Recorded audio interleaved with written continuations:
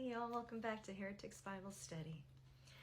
This is going to start a new series for us, but it is based on the one that we just finished. So for that reason, we're calling it Act 2. This is the first, and it's called the Righteous Gemstones. So we laid out those first 12 letters of the Bible in a 4x3 grid. 12 letters.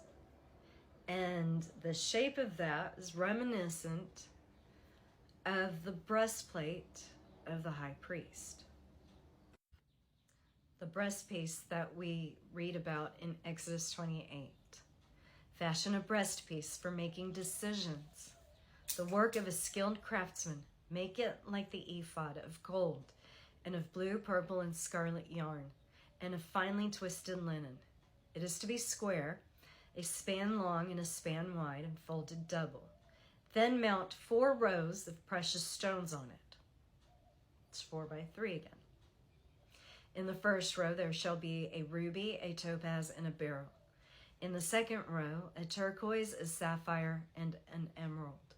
In the third row, a jacinth, an agate, and an amethyst. And in the fourth row, a chrysolite, an onyx, and a jasper.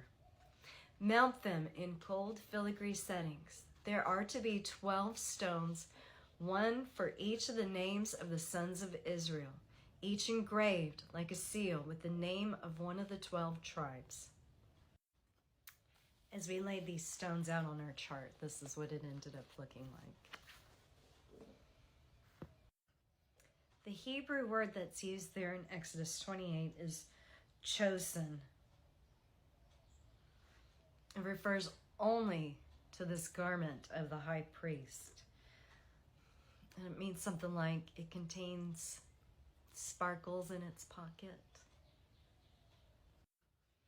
The Greek word for breastplate is thorax. It's like this area right here. So your lungs and your heart, your breath and your blood. And that's what our enemy is after. A foe is an enemy or an adversary in a blood feud. In 1 Thessalonians, we're told to put on faith and love as a breastplate. Ephesians chapter 6 tells us, put on the full armor of God,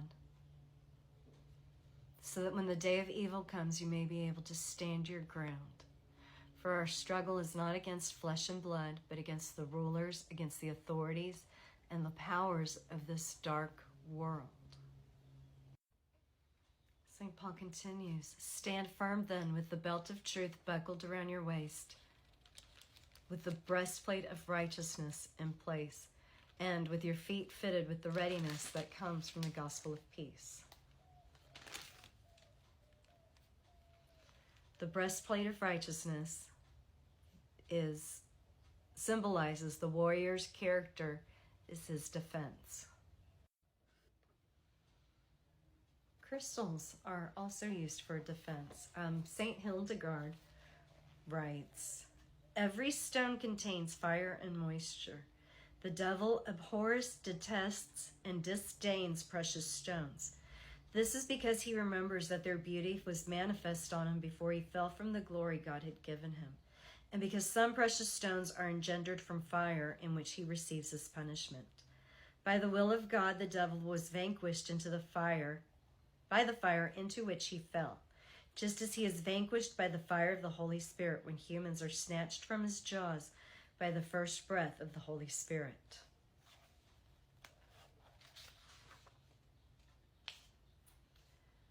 Precious stones are born from fire and water, whence they have fire and moisture in them. They contain many powers and are effective for many needs. Many things can be done with them, but only good, honest actions, which are beneficial to human beings, not activities of seduction, fornication, adultery, enmity, homicide, and the like, which tend toward vice and which are injurious to people. The nature of these precious stones seeks honest and useful effects and rejects people's depraved and evil uses. In the same way, virtues cast off vices, and vices are unable to engage with virtues. God decorated the first angel as if with precious stones. Lucifer, upon seeing them shine in the mirror of divinity, took knowledge from them and recognized that God wished to do many wondrous things. His mind was exalted with pride, since the beauty of the stones which covered him shone in God. He thought that he could do deeds both equal to and greater than God's, and so his splendor was extinguished. But just as God restored Adam to a better part, he sent neither the beauty nor the powers of those precious stones to perdition, but willed that they would be held in honor and blessing on earth and used for medicine. The first stone in our breastplate is the ruby. It denotes courage, mental balance, and improves circulation. Ruby also brings information and light into conscious awareness, stabilizes all levels, supports and aids those with chronic fatigue, weakness, and debility. The oldest book of the Bible, Job, tells us that wisdom is above rubies.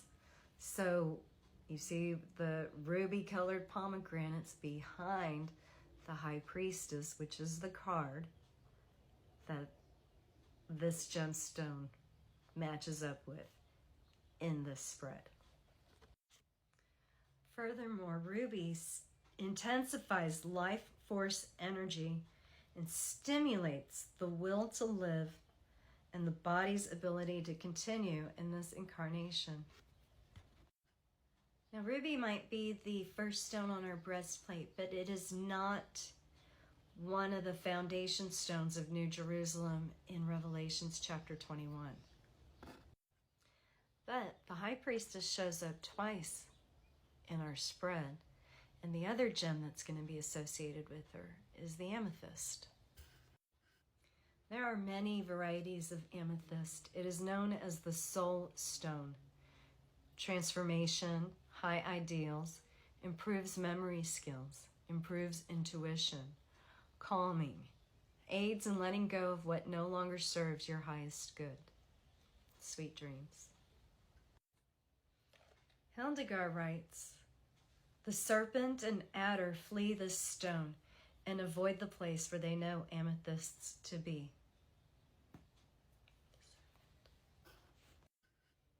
The serpent, the father of lies, the lord of the flies, hostile to everything good.